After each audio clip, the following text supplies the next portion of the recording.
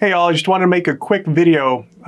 There's a lot of questions about, well, what does this additional allotment of workers actually mean? How does it work? So 35,000 additional workers were announced this past Thursday, March 31st. As of the filming of this video, DHS has not announced a final rule. A final rule is what's actually going to come out as the official announcement of Department of Homeland Security. That's not just going to tell us how many workers are going to be allowed, but when we can file, how we can file, what the procedures are going to be like, what the start dates can be, etc., etc., etc. So I don't know the final details, but I can tell you this. Based on what we've seen in the past, as recently as when we had this announcement of additional workers for the October cycle, which was announced in December 2021, this is probably how it's going to work. And this is probably what it means for you. So first of all, there's a basic division in those 35,000 workers. 23,500 of those workers slots are reserved for returning workers. A returning worker is somebody that has a certification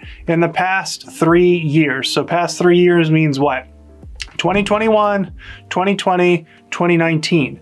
If you know folks who have an H-2B certification from those years, whether they're abroad or in the United States, they are eligible to become part of your worker pool.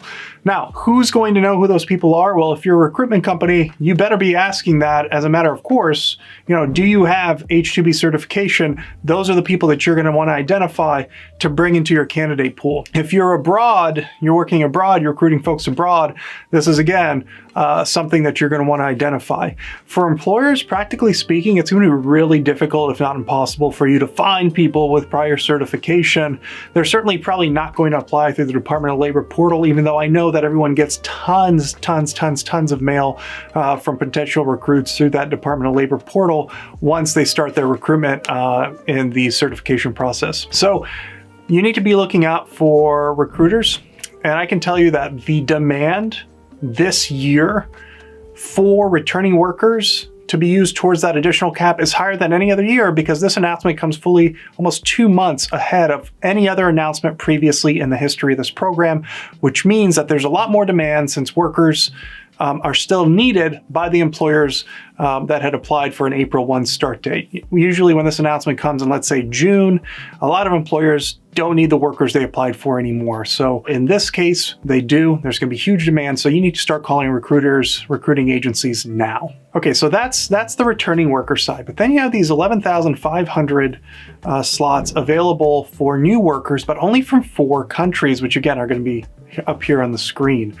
And what's going to happen with those is there's going to be a date in that final rule that has not yet been issued. And it's going to say, probably going to say, because this would happen in the past, but if not, it'll be implicit, which is if by XYZ date, which will probably be some date in July or August, some of those 11,500 workers have not been requested from these 4 countries, again, the countries here, then they can be rolled over to other countries, given to other countries. What that means is that if you need and can only get new workers, or if you have a particular person slated in a particular country that's not in those 4 countries, you are going to have a chance, a small chance, that maybe you can get those workers starting in August. You'll have to start the process for them in August, although they'll only be here for a shortened season unless you're on something like a one-time category. So I wouldn't put any bets on getting those workers if you need new workers and they're not from these 4 countries.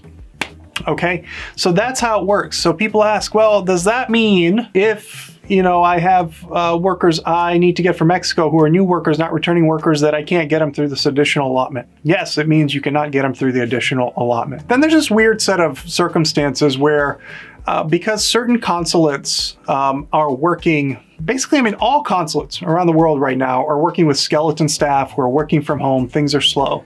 So what's happening is that a lot of petitions that are, being slated for one country are actually getting processed in consulates abroad. Sometimes this is interpreted as meaning that those consulates abroad are then using a, let's say, petition that's meant for, let's say, Haiti to, let's say, South Africa gets that petition to process because Haiti just doesn't have the processing capability. They don't have enough workers. They don't have enough staff.